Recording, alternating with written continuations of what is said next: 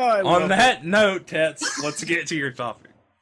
Well, it's actually how we had started with your statement of saying that you can go outside of the anime media to movies.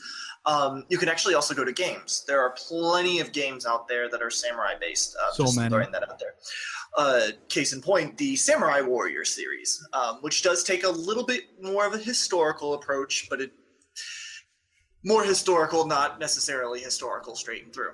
It's Yeah. Actually, they definitely take liberties at times, but there's other times when they try to stay really on point. So I gotta give them props. I'm gonna back you up here, man. I gotta give props. Samurai Warriors actually does a really good job. I mean, it's definitely things are exaggerated for it, but considering all the stuff you can see in all forms of media, it's actually pretty reined back. It generally sticks to stuff. But yeah, the games themselves, especially when you're playing the more mainstream Samurai Warriors games, and as you play the different clans, you will see a lot of the different pillars of samuraihood, I guess, for lack of a better way of wording it. Anyway, so fully on to the topic, Samurai Warriors recently came out with an offshoot game. It's not fully offshoot the way they've done some of the other ones, called Spirit of Sanada, and it is more in depth into the Sanada clan with Yukimura and Yukimura! Yeah. Yukimura! So the way that they do it, it's you have your classic Samurai Warriors fare where you're going to have only a few battlefields, kind of sort of repeats as you go through, but there's thousands and thousands of enemies that you're just walking through and they're like dying because you walk through them. It's very much has no qualms. Yeah, it's a hack and slash. It has no qualms about going back to its roots as much as pretty much any other Warriors game has. But the scope of it is very, very reined in, again, to the Sanada clan. And it starts actually before they even become full retainers to the Takeda clan, which I thought was really interesting because it's not something you usually see. Like a lot of times when you do see the Sanada clan, you are purely seeing it from Yukimura. It's mostly about him. You might get a little bit with Shingen Takeda, but you really don't see too much. But this game very much does go from when they were provincial lords to becoming a retainer family, to becoming trusted, almost hereditary retainers to the Takeda. And then, once Shingen died, their wanderings across through the different clans. And one of the ways that they do that is they do also expand. They added a few new characters, and one of them is Yukimura and Nobuyuki's father, Masayuki. See, they all have that Yuki character in their name. But Masayuki is very similar character in play. The other two use pole arms, sort of, and so spear and double-bladed pole arm thing, and then he's using a bladed flag pole with kind of very traditional. Panels. Yeah, it's again the whole Samurai Warriors. A lot of their weapons will sometimes be very distinctly not like one character who wields bladed hula hoop thingies. So, they're not going to necessarily always be traditional, but the battles usually are. And speaking of the battles, one of the new mechanics that they introduced, the battles you would sometimes just kind of like they would cram days worth of events into just one battle and just kind of so that way you could get through it, and long took you to complete a level, and they would be more just kind of like objectives that would pop up where these major events that happened in the battles. But Spirit of Sanada, they introduce what they call multi-stage battles, and so that 10, 20, 30 minutes that you're playing through is going to be a small portion of this much larger battle, and so they can really focus in on some of the events that would happen. One of the case in point battles that you see in pretty much every Samurai Warrior game is the battle at Kawanakajima, which was one of the big battles between Shingen Takeda and but they've always been like it was like a days long siege. There was like a whole bunch of things that happened. Takeda did all kinds of underhanded plans. Uesugi totally crabbed his way through and just marched through everything. But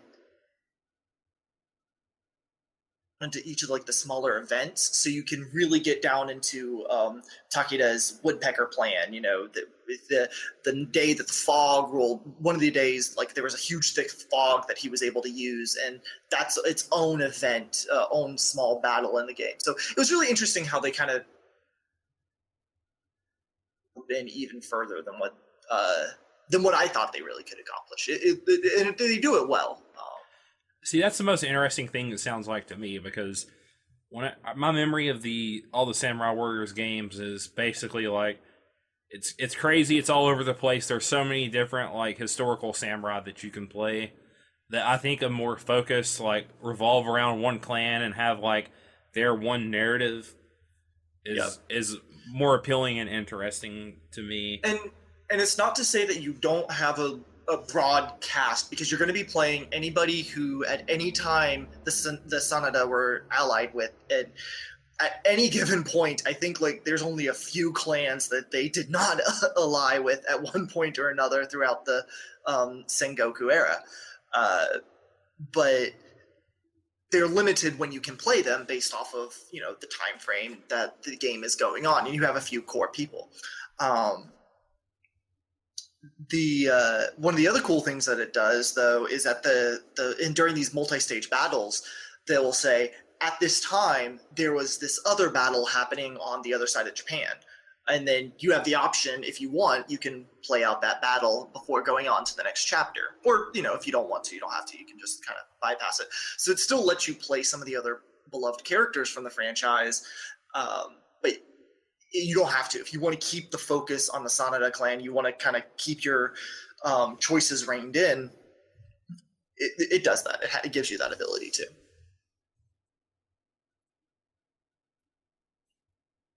If you like Samurai Warriors, if you like hack and slashes, definitely recommend it. But it is the same fare. I know Samurai Warriors gets a bad rap for reusing assets, and there's definitely some reused maps from Samurai Warriors 4 that was a few years ago. So if that kind of thing bothers you, it's there. Is this like a full-blown like kind of mini sequel or something, or is it like DLC? It's a full-blown game. It's definitely its own entity. It's not a DLC. You can buy it by standalone, right? Yeah. No, it only is standalone. It's almost like a spin-off then, I guess. Yeah, it's closer to a spin-off, but it's not. So you have like Samurai Warriors, and then one of the big spin-off series is the Samurai Warrior Empires games. I thought you were going to say Pokemon. But this Pokemon is one of the further off spin-offs. I need more of those. The only one I've played. The Empires game is much closer towards the core, and so this game kind of falls somewhere between Empires and the core line of Samurai Warriors. It definitely is much more just a reined-in story of a particular clan within the many clans of the Sengoku era. So you're telling me there's a chance we'll get the Mori spinoff, right?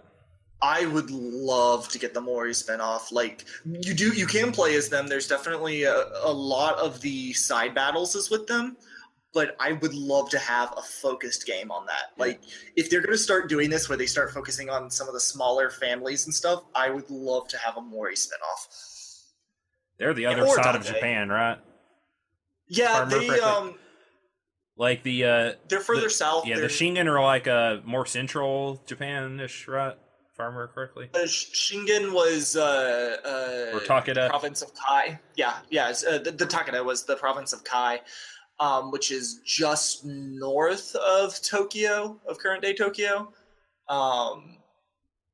So it's not too much further away, so it's kind of central, but it's like northern central.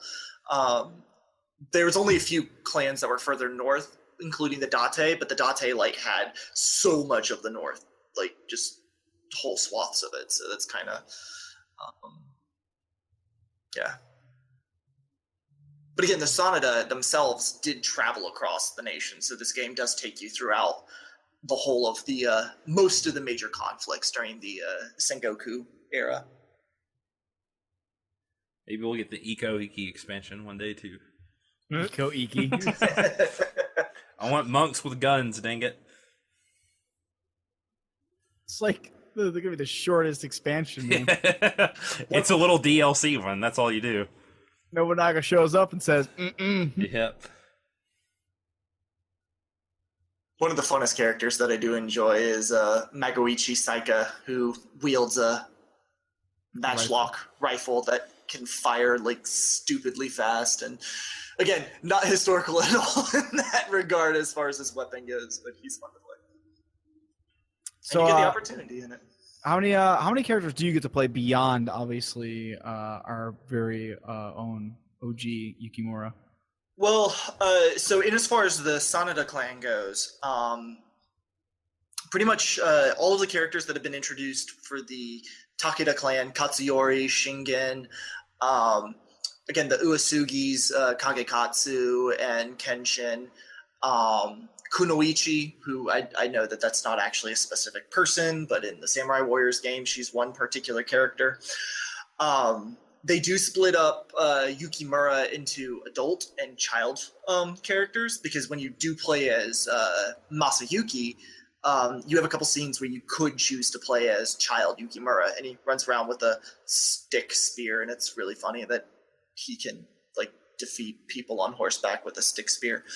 But Man, that stick will poke you, dude. Careful. I know, right? But all in all, I'd say there's probably I've gotten about a third of the way through the story, and I probably have about 30-ish characters I can play as. Crap, this sounds like a regular Samurai Warriors game. Yeah.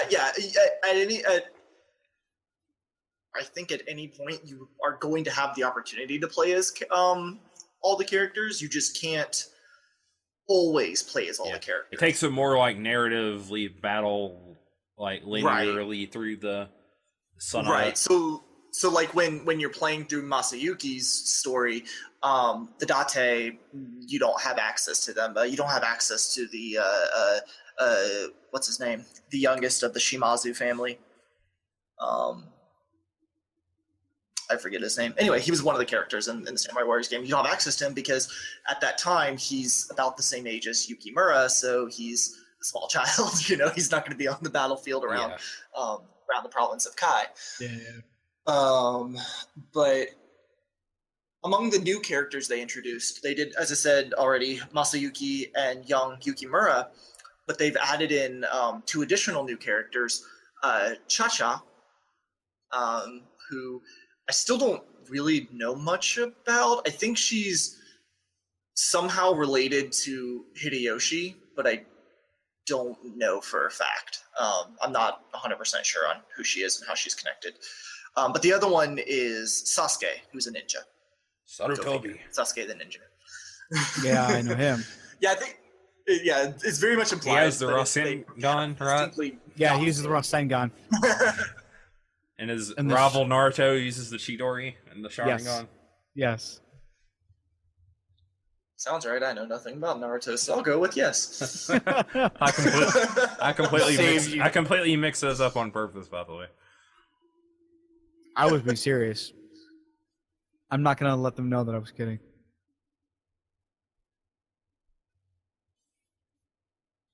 Yeah, it's definitely fun if you do enjoy those kind of hack and slash, games where you can dive into the story if you want, but at the same time you can just ignore it and just button mash and have fun destroying thousands of enemies. It's definitely a fun game.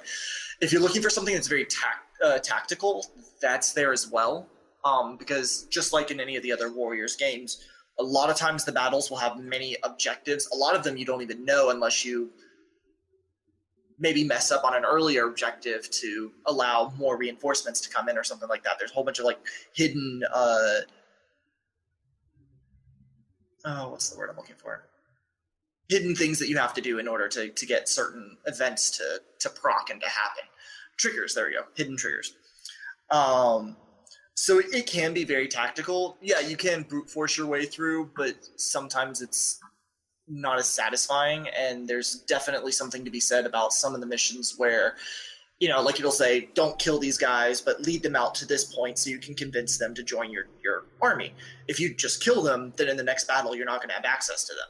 But if you convince them to join your team, in the next battle, you'll get one of the last new mechanic they introduced called stratagems, allow you to execute special battle plan events, essentially.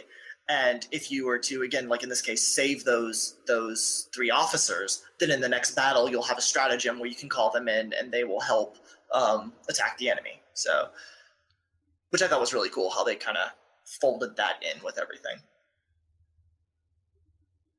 Very nice. Very nice. Sounds pretty sweet. Like I said, I like the narrative focus. They're kind of like at least trying to experiment with, and I hope we get more clans. Yeah. The same. It's always nice to see them kind of take a new focus as opposed to just doing the Same game old again, thing. new mechanics, change up some old stuff. Yep. Be kind of like they've done with a lot of their other spin-offs where they do it, 1 or 2 of them, and they do well, and then they just never return to it. Like Pokemon Conquest. Yeah. Never again. But I mean, like the Empires game, Samurai Warrior Empires is, keep going. So maybe it'll happen something like that where we will get many clans. I hope so. I hope so. We shall see.